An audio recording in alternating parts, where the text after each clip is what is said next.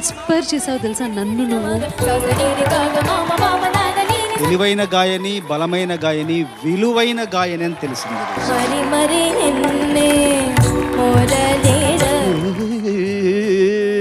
ఆ దైవతం పాడాలంటే దానికి చాలా ఒక సంస్కారం ఉండాలి.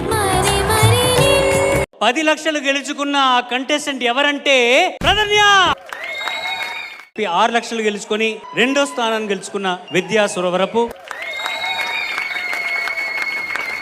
3rd place winner of season 23 is Sai Vedant.